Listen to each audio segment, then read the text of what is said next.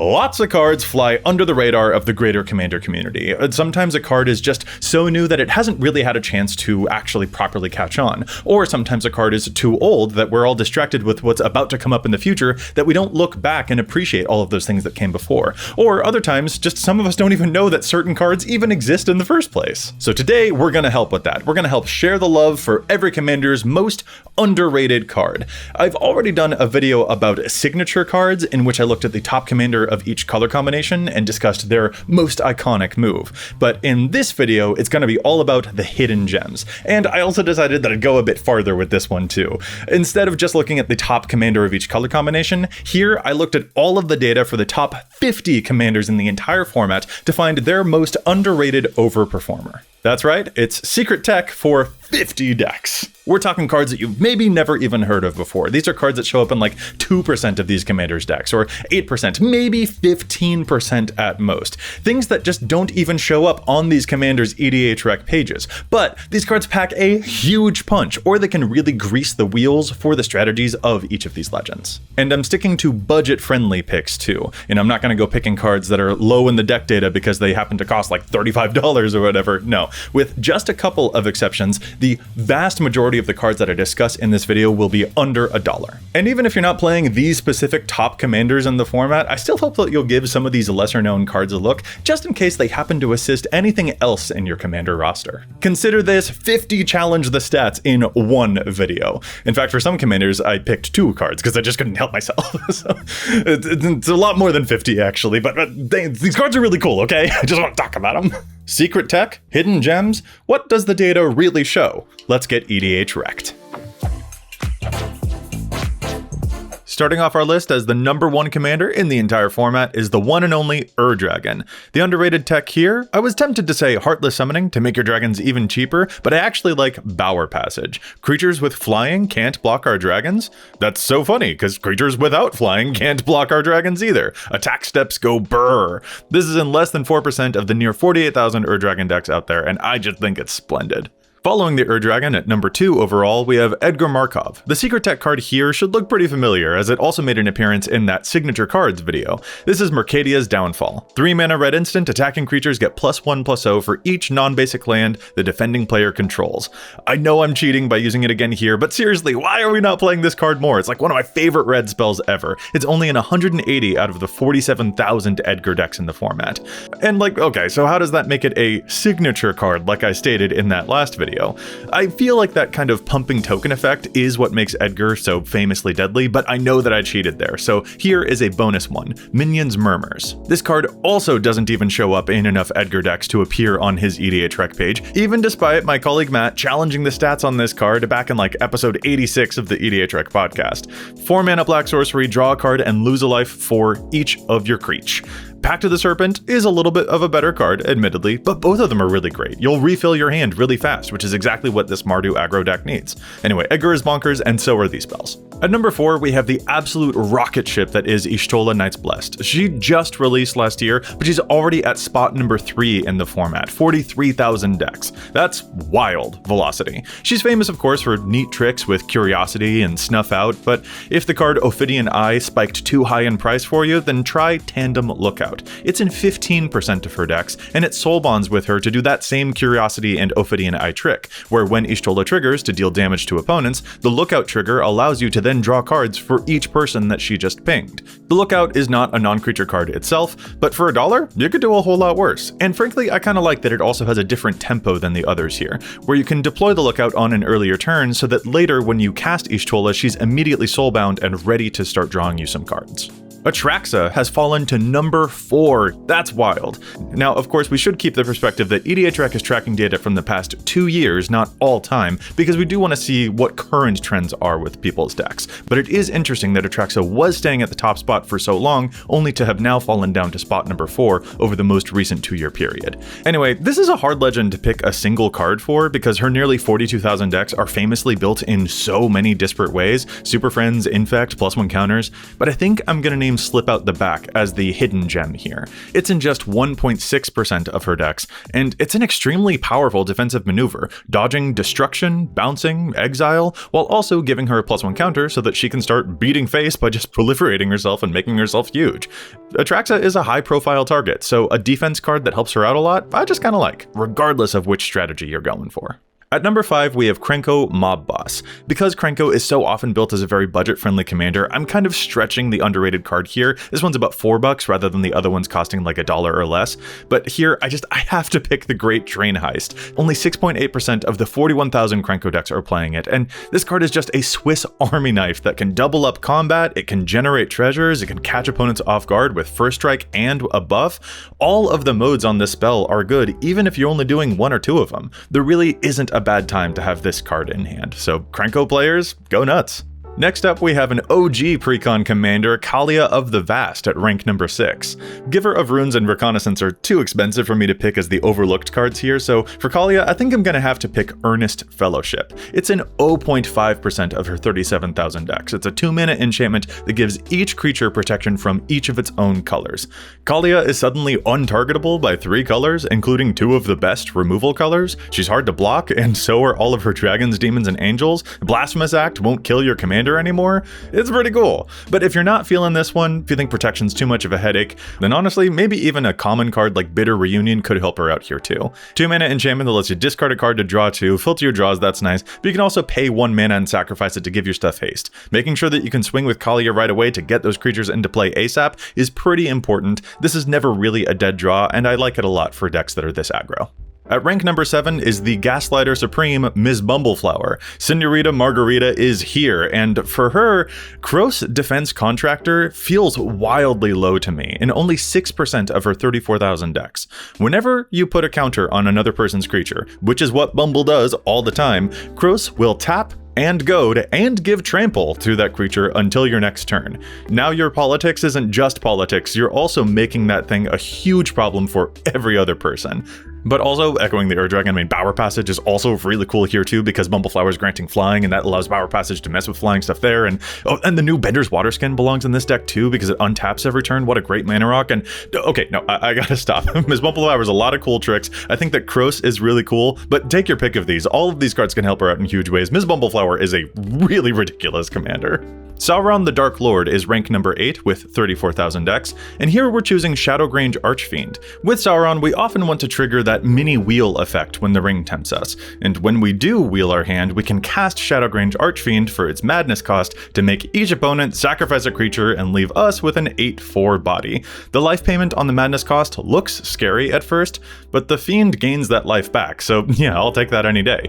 Plus, even if it does just go to the graveyard, it's still a great reanimation target for later. Or if you're trying to stay on theme and you're not doing quite as much reanimation as that, then consider Ominous Seas, which slowly gets more and more counters as you draw cards, and can eventually release the Kraken. I think that could be a good nod to the Watcher in the Water that still synergizes really nicely with the commander.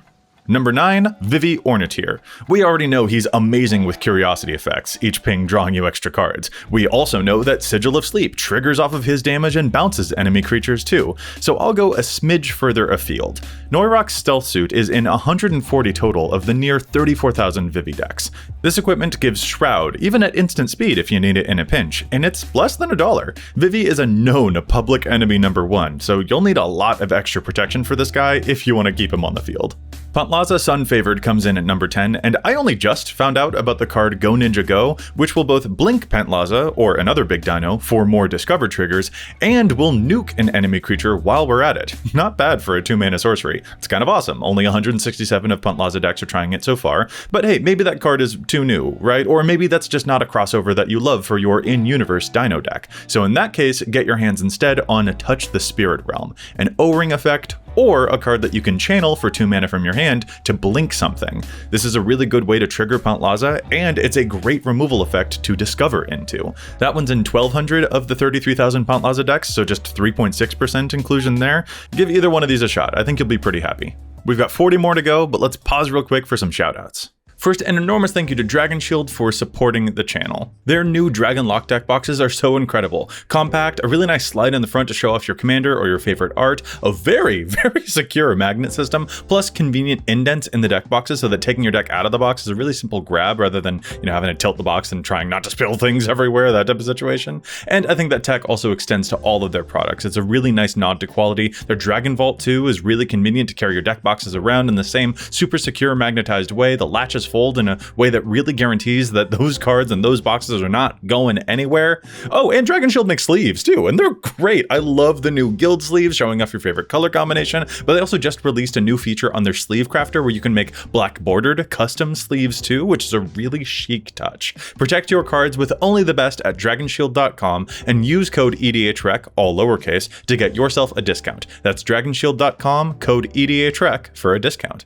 And of course, a huge thank you to patrons of the channel for your continued support at patreon.com/EDHRECcast. I don't know about you, but it feels like it's a really chaotic time lately, and especially, unfortunately, as there's been some recent real-life things come a-knockin', your support has always meant the whole world. Because obviously, real-life things don't just come a-knockin' for our team, but also for anyone watching and listening out there too.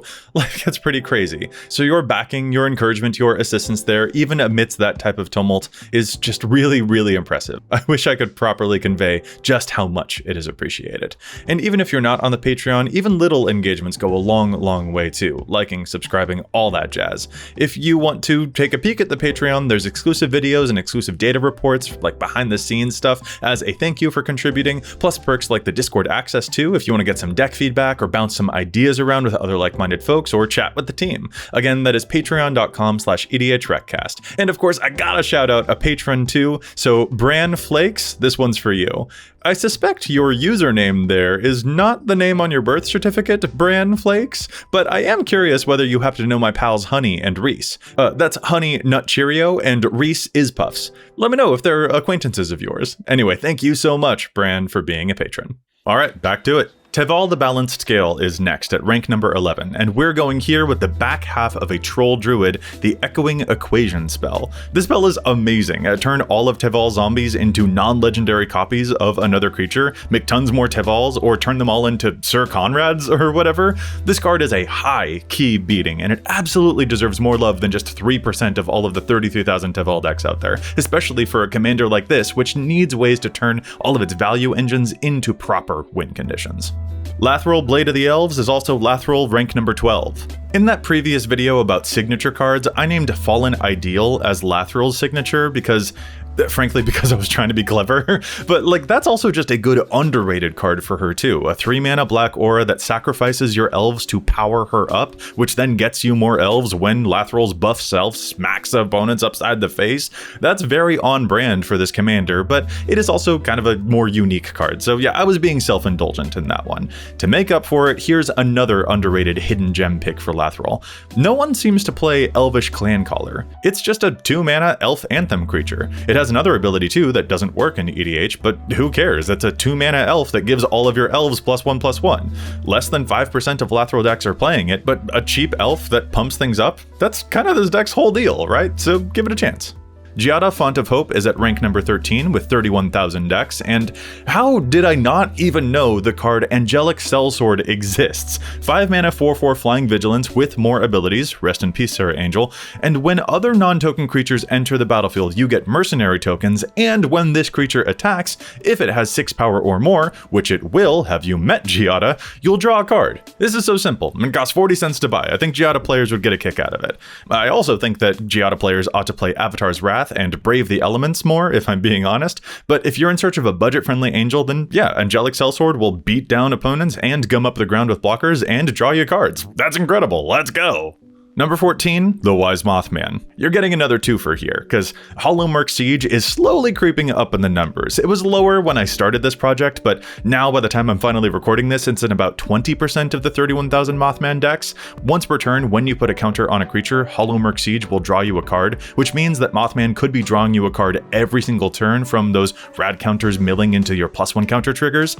But I also want to shout out Scurry Oak, kind of a combo in this deck. Whenever it gets a counter, you make a squirrel token. With an Altar of the Brood in play, milling opponents whenever a permanent hits your battlefield, this will get pretty nutty. Take your pick. Maybe you don't want to do a combo in this deck, that totally makes sense, but I definitely recommend the Hollowmark Siege. When I first started writing this video, it was at like 12%, and I am happy to see that it has been moving up as people are discovering how cool that synergy is here. Coming in at number 15 is another big rising star type of commander, Firelord Azula with 31,000 decks. For Azula, I have to go with the card Shadow Rift, only in 7% of her lists. A 1-mana blue instant that will make Azula unblockable in combat during the declare attacker step, so then we'll get to draw a card twice because she's gonna copy this spell. This card is just bread and butter for Azula, to make sure that her combat damage will get through and to keep your card flow nice and comfy. I remain surprised to see that Yuriko the Tiger Shadow, rank number 16, is only playing Abjure in 6.3% of her 31,000 decks. You counter a spell that you don't like for just 1 mana, but you do have to sacrifice a creature to do it. That's okay, we often prefer Yuriko in the command zone rather than in play, so that then she can ninjutsu out through an unblocked creature again and deal her combat damage properly. Shout out to Trickery Charm too though, I think all of those modes are also very impressive for Yuriko deck's needs, giving stuff flying or setting up the top of your deck. Both of these are fantastic blue instants for Yuriko. Next up is Jodah the Unifier, aka SpongeBob SquarePants apparently. 5-color legends matter. For Jodah, I'm going with Linvala, Shield of Seagate. She's a legendary selfless spirit effect that Jodah could pseudo-cascade into, but she can also grant hexproof, not just indestructible. Linvala also has a party ability that we don't even really need to care about, although Jodah is a wizard, so I guess it could happen, but really, who cares? This is a legendary board saver. Everyone is going to be trying to wipe the board because Jodah will accidentally have like 5 9/9s in play just by accident. Linvala saves Jodah from its weakest spot. It's only an 8% of Jodah's 30,000 decks, but let's make that number go up. She is primo protection here. Kenrith is often built as a CEDH deck, very famous for certain combos, but for the bracket 3-ish Kenrith folks out there, I find that Willbreaker is really devastating in his lists.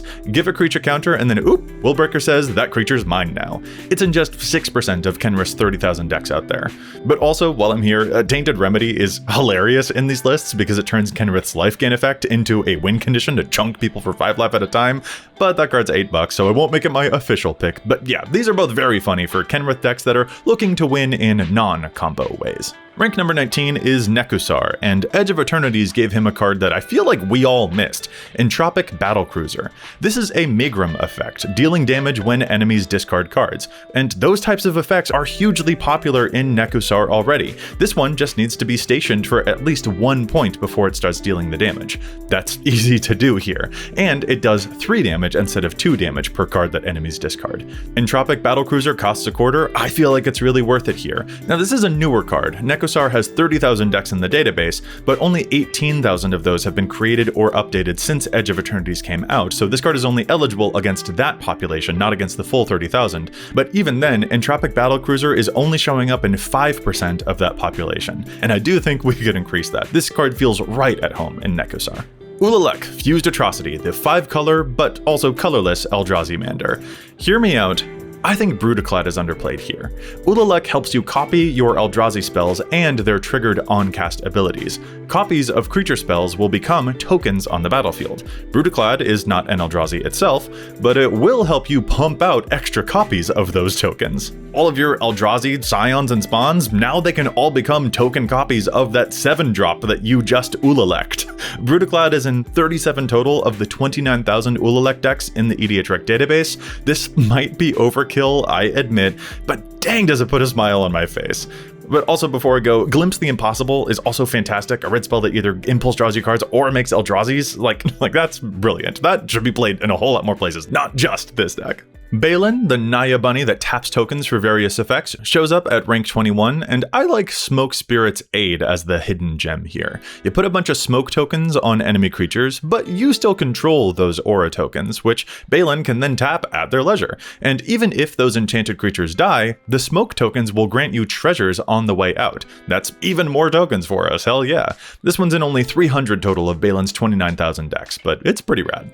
I'm giving you another twofer for Isshin at rank 22, very on theme for him I think. General's Enforcer is a 2-mana human that will give your legendary humans indestructible, and there are tons of legendary humans in an Isshin deck. Not only does your commander get indestructible, so does your Caesar, Adeline, Commissar Severina, Anim Pakal, Captain Lannery Storm. I rest my case. Just 3.5% inclusion in Isshin's 28,000 decks on that one. But I also want to shout out my boy Martin Stromgald too, also in 3.5% of these decks.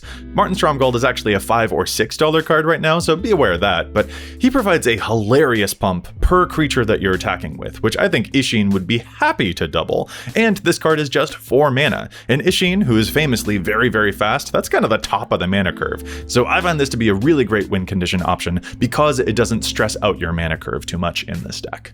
Alright, up next, I apparently can't stop doing 2 options per commander. For Valgavoth, the number 23 commander right now, give your enemies rad counters, y'all. A Nuclear Fallout and Acquired Mutation are in 2% or less of the 27,000 Valgavoth decks out there. One removes creatures, the other will goad the biggest thing and make sure that it's not hitting you, which is really important because a lot of people want to attack the Valgavoth player, and they each give rad counters to your opponents, which will slowly ping them just a little bit over the course of usually 2 or 3 turns, which sets up Valgavoth beautifully to draw even more cards as your opponents lose life on their turns. Miirym Sentinel Worm doesn't really need any extra help to be powerful, but here goes anyway.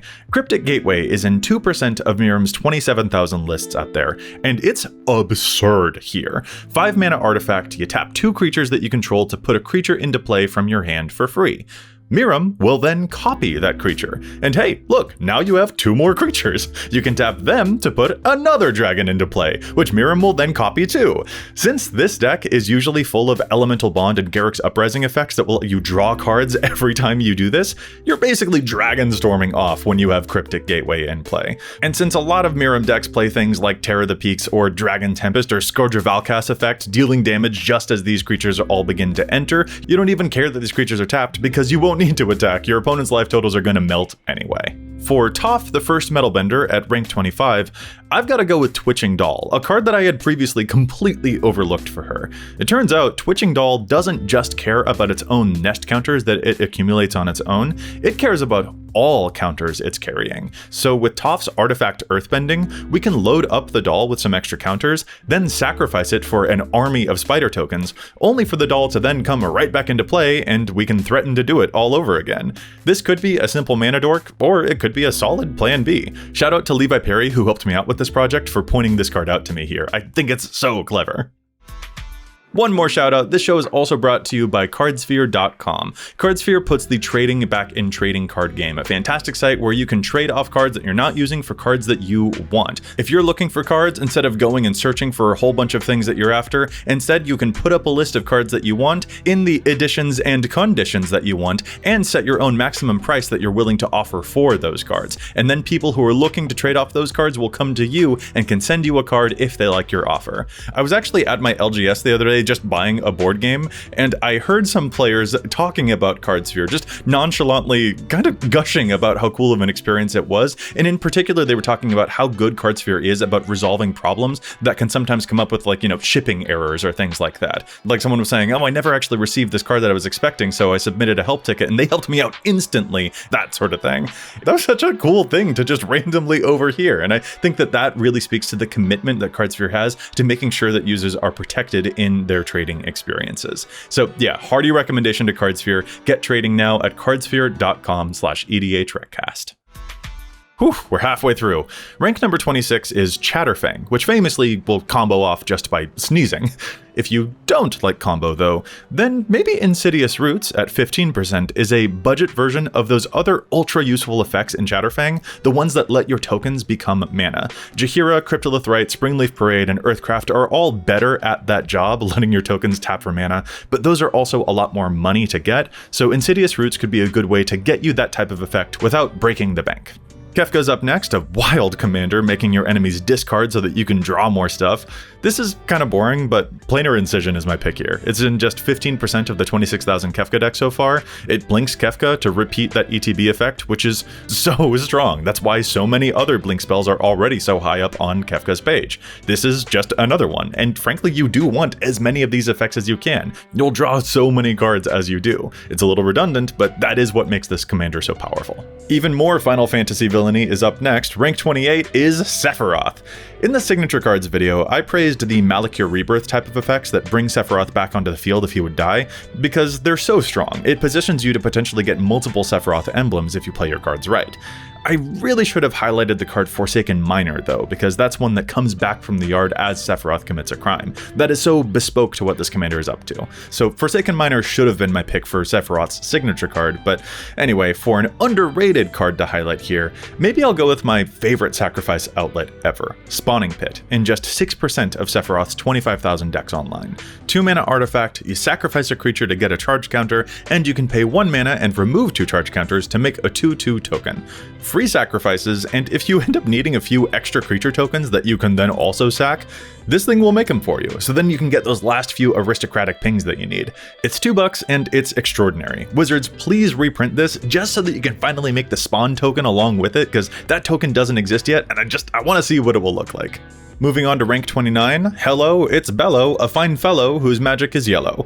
I want to tell you about how funny Bello is with Mirror March, potentially copying all of your newly animated artifacts and enchantments over and over again. I want to praise Threefold Thunderhulk for making 1,000 tokens at once, and I want to praise the Earth King for ramping so hard because you're attacking with so many 4/4s that you'll get all of the basics out of your deck in like no time. Those could all be my underrated picks for this deck, but I can't, because I have to. I beseech you, I beg you, Bello players, to run more protection in your decks.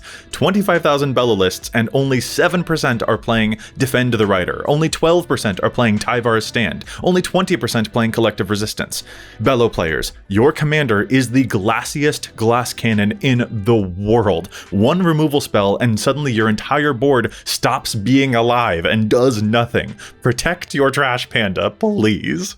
More Final Fantasy shows up at rank 30 with 25,000 decks. It's Cloud X-Soldier, who draws cards and gives you treasures if he's big enough. If you're on a budget and don't have all of those super spendy swords and stuff, Tenza Godo's Maul will give Cloud Trample and give him the full +3 to get to that 7 power threshold that Cloud is after to start making treasures. This card's only $1 and it's in just 1% of Cloud decks. If you're willing to spend $4 though, then Aki Battle Squad will give your modified creatures an extra combat step, which is exactly what this deck is all about. That one is apparently like milk to Cloud because it's in only 2% of his decks. Both Tenza Godo's Maul and Aki Battle Squad are, I just think, excellent in this deck. Rank 31, Hearthhull the World Seed, leader of one of the best precons I think Wizards of the Coast has ever made. I'm going to go here with Iridescent Vine Lasher, which is in 16% of the 25,000 Hearthhull decks. A 1-mana black creature with Offspring, so we can actually pay 3 total mana to get 2 little lizards that will each deal 1 damage to our opponents per landfall trigger. This is very similar to the card Sabotender, which is in 1/3 of Hearthhull decks right now. Now, here's why I'm saying Iridescent Vine Lasher in particular is very overlooked in this deck. It, with the Offspring token, which you should always pay for, can station the Hearthhull to your 2 counters, getting it where it needs to be to start sacrificing lands and drawing cards. But ultimately, what I noticed about Hearthhull play patterns is that as they begin to tune up the deck, during the game they'll usually hover on the edge of like 7 station counters, waiting until the right moment to station the commander fully to 8+, and then making it a vulnerable creature that has that all-important damage effect when you sacrifice your lands. Then they use like a Zurin Orb or some other mass land sacrifice effect, so Hearthhull does a bunch of damage on their way out, but then they'll also bring all those lands back with some type of World Shaper or Splendid Reclamation effect, and then do it all over again. Adding a card like Iridescent Vine Lasher to that equation means that now you guarantee lethal damage on that one big turn. There are lots of really cool picks to Hearthhull. I came so close to naming survival creatures that care about being tapped because Hearthhull Station Effect will guarantee their ability to do that.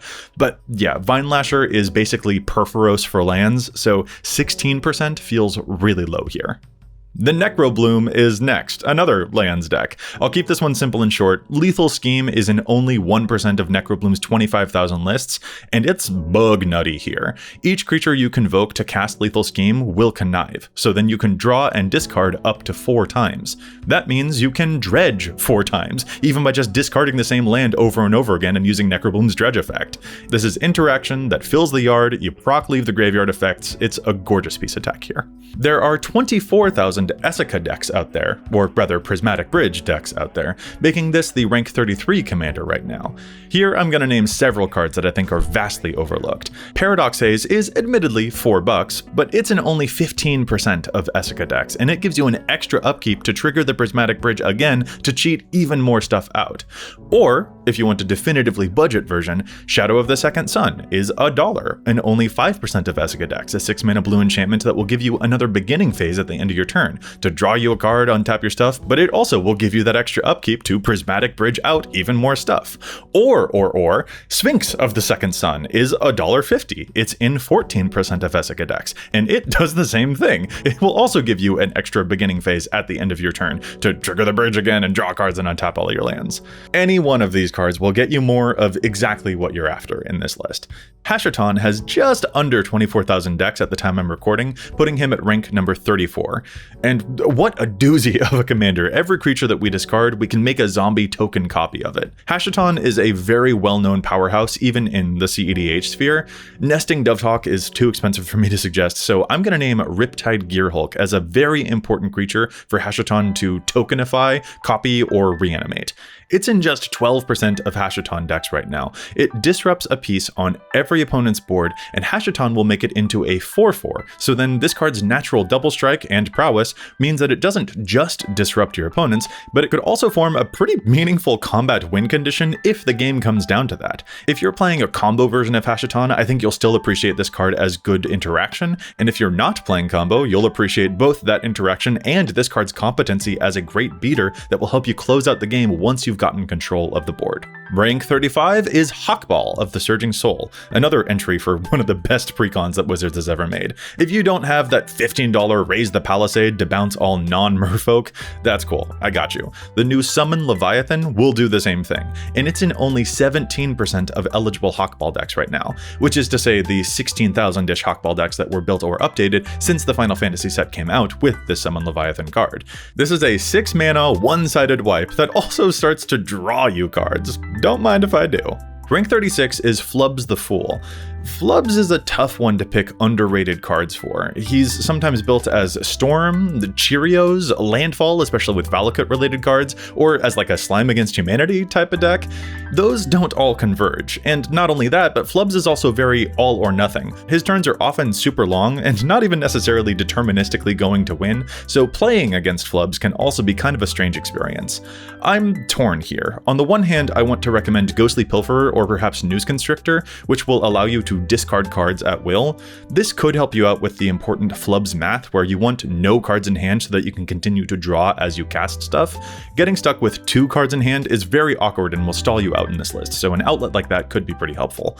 On the other hand, I feel like I'm onto something here with the card Seal of Removal, a 1-mana blue enchantment that can sacrifice itself to bounce a creature. Just 4% of the almost 24,000 Flub decks are playing this one, and I just like its versatility. Removal that you can play now but use later won't interrupt Flubs' card flow, which is very important to keep those turns rolling, and the bounce effect can help you out with a problem across the board, or save one of your own creatures from a worse fate, or even put a card back into your hand if you ran out of gas and need to cast something else now to draw another card. Regardless, this is a very weird commander, and make sure before you get to game night that you've goldfished this deck a lot so that you can play it efficiently and make sure that those turns don't take too long. Flubs does kind of lean that way if you're not careful. Muldrotha the Gravetide has fallen down to rank 37, still obviously very respectable spot, with 23,000 decks to her name. Muldrotha is famously hard to suggest underrated cards for. Everything is good in that deck, but I think Bequeathal still stands out to me as an overlooked gem. Only 125 total of her lists play it. This is a 1-mana green aura that draws you 2 cards when the enchanted creature dies. This will get you up on card flow, and it's just 1 mana to replay, and with Muldrotha's ability to recast each different card type from the graveyard once per turn, the enchantment slot usually feels to me like it's one of the more open options, compared to, the creature and artifact type slot, often being a more crowded field that is already kind of spoken for. Consider bequeathing your Muldrotha deck with a bequeathal. This next one made me do a double take. Blossoming Bogbeast is in only 12% of the 23,000 Frodo and Sam decks out there. Maybe some people are keeping this deck as a theme Lord of the Rings deck. I totally get it. I'm just saying, this card threatens to overrun your entire team for +5, +8, +11, +14 with trample in a single attack. Blossoming Bogbeast is an amazing life gain payoff for green inclusive decks, and this deck has enough creatures and enough at-will life gain to make this thing an absolute powerhouse. If you give it a chance, I promise it's so good. At rank 39, we've got Glarb, a very diverse Sultai deck that often gets made as a reanimation or a lands matter deck, or even sometimes a home for an all frogs deck. Regardless of which strat you choose, I like Baleful Mastery as an underrated card here. It's about $2, but it's a 4 mana removal spell you don't need to cast for 4 mana. You can just pay 2 mana, let someone else draw a card to remove a big problem. But importantly, since it is 4 mana, that means that Glarb can also cast it from the top of your deck. I'd have picked the card Submerge here as another option, but that one's like $7, so Baleful Mastery it is. Good removal that synergizes with the commander's ability and even lets you be a little political. Igra, Eater of All, is an eat commander, turning all other creatures into foods, and since foods are also artifacts, we're going to exploit that with Tower of the Magistrate, which can give Igra protection from artifacts until end of turn. Primarily, this is going to be helpful to make Igra unblockable, but it will also save you from rogue ETB effects of enemy creatures. Only 16% of Igra decks are playing Tower of the Magistrate so far, and the Mystery Booster edition of this card is under $2 right now. Call me old-fashioned, but for our next commander, Animar, at rank 41, only 600 of its 22,000 decks playing Sandstone Oracle has me scratching my head a little bit. It's a 7-mana artifact flyer that draws back up to however many cards target opponent has in their hand. That could mean that we draw 3 or 4 cards, but it could also mean that we draw like 14 cards depending on the player. Animar gets built in a lot of ways, from Morph to Eldrazi to Oops All Artifacts to Ancestral Statue combo, which all have different needs, but one of the main needs, regardless of your strategy, is to keep your hand full of cards. Animar makes your creatures basically free, or like 1 mana most of the time, which will empty your hand super quickly. So a creature that refills that hand is, I think, super clutch. Even if you're already playing all those Beast Whisperer type of effects that will draw you a bunch of cards when you're bouncing your creatures around, casting a Sandstone Oracle still will trigger those, so it's not even a dead card, just a cool free creature that will trigger your other stuff. And even if you're going higher budget and playing those X spell creatures, Wan Shi Tong and all of them, that Animar discounts to help you draw a bunch of cards that way instead, I still don't think that Sandstone Oracle would ever feel like a dead draw. It's an almost always free creature that could draw you cards in a pinch. None of that is going to make Animar frown at any point, and this card's just a quarter. Okay, this next one, how the heck is Ghostway in only 14% of Arcades the Strategist decks? 22,000 decks out there with this commander that draws you a card every time a defender creature enters your battlefield. And Ghostway will blink your entire board. It's $2 right now, and it will dodge you a board wipe while also drawing you a brand new hand for just 3 mana. I say this as a person who has played against Arcades decks that do run this card. Play Ghostway more. It is devastating. This next one will be boring, I apologize. Rin and Seri Inseparable, rank 43, 22,000 decks, and only 13% of them are playing Naya Charm. I know Naya Charm is not news on this channel, but it is still one of the MVP charms to me. You can nuke a utility creature, tap down a wall of blockers so that everyone can attack through them, or tap down someone else's army before they can attack on their turn, and then everyone can attack them. Or you can instant speed get back any card from your graveyard back to your hand, or get someone else one of their cards from their graveyard back to their hand if you're being political. You know how Command Zone keeps raving about how good Auroral Procession is getting a card back from your yard at instant speed? Yes, that type of effect at instant speed is very powerful, and this is the type of card that proves it. Naya Charm is incredible. It's the type of card that makes me think I should be playing this color combination more often than I do. Also, wait, hold up. I was gonna move on, but I actually just noticed during recording, that the card Chomping Changeling, which is basically a Reclamation Sage, but it has the Changeling ability, has only been adopted into 15% of Rin and Seri decks built or updated since Lorwyn Eclipsed came out so far. What? This card's a Changeling that will destroy an artifact or enchantment, and your commander will give you a cat and a dog token when you cast it. Rin and Seri players, what's going on there? Get on that. The card's incredible here. Number 44 is my boy Wilhelt, the zombie-tastic Dimir commander. I've been plugging this one for years now. Sakashima's Will is in less than 1% of Wilhelt decks, and it's an all-star here. You steal a creature, doesn't matter what, and then you turn all of your creatures into a copy of something you control for one turn.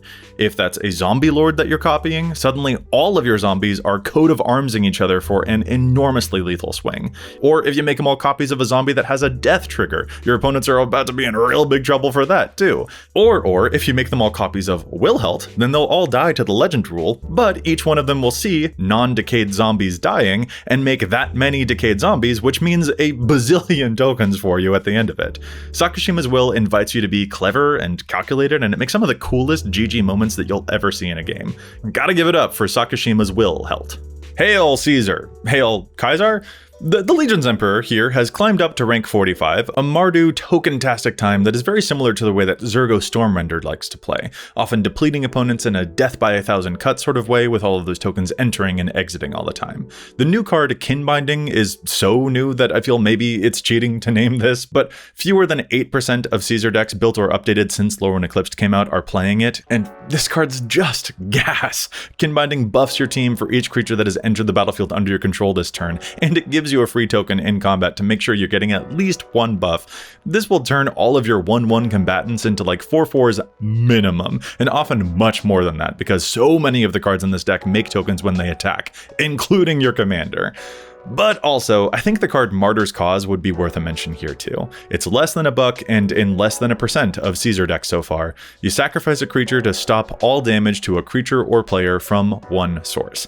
Sacrifice a token, save your commander in combat, sacrifice a token, stop yourself from being hit for like X damage from a wild spell, or just sacrifice a creature to ping your opponents for your remaining death triggers. Solid utility all around from both of these enchantments. Aragorn the Uniter is at rank number 46, also in the mid 21,000 deck territory. I feel like I'm copping out to say Stump Stomp here, but yeah, Stump Stomp is in less than 9% of Aragorn decks. This is removal that will trigger 2 of Aragorn's modes, including the green one, which I personally think is his strongest asset. And at worst, this could be a land play if you need it. Judging by the number of lands this deck usually seems to run according to the average data, yeah, you do probably need it sometimes. However, I will also shout out the card Mass Appeal. 3 mana to draw a card for each human you control, and this deck makes a lot of human tokens, and runs a lot of the Lord of the Rings humans too. So if you're struggling on card draw, this could be one to give a second look to. Sorry to recommend basic stuff like making sure that you get your mana and you draw enough cards, but that's just what it seems the average Aragorn deck needs. The first time I saw a Mr. House deck play Imskir, my brain fell out my skull. Like I was fully stun-locked. Mr. House will make you a lot of treasures, and Imskir has affinity for artifacts. Baller. Then, Imskir will draw us cards and will lose life equal to half of our total artifact count, which, if that's too high, that's okay, we can sacrifice treasures to modulate our needs. That is so much potential card draw for what could be just 2 mana. Oh, and he's also a 5/5 that happens to fling stuff, but like, who even cares? The card draw is wild here. More than just 3.5% of the 21,000 Mr. House decks should consider Imskir. Ashling the Limitless has already climbed up to rank 48, holy crap, and I can't just pick one card for her here. If you're playing honest to goodness all 5 colors in your Ashling deck, then Muster the Departed is in less than 14% of her lists, and I think this is fantastic. Basically always populating the elemental token that you get, because you for sure saw an evoke trigger, sacrificing a creature, enable this card's Morbid effect. This is a great way to repeat even more enter the battlefield abilities and maintain more board presence than you're probably used to in this deck. See also Hoffrey Ghostforge. But also, some Ashling decks will filter down to just being basically a teamer deck in disguise. They still have white and black creatures to colorlessly evoke with Ashling, but the mana base is kinda only red, green, and blue lands.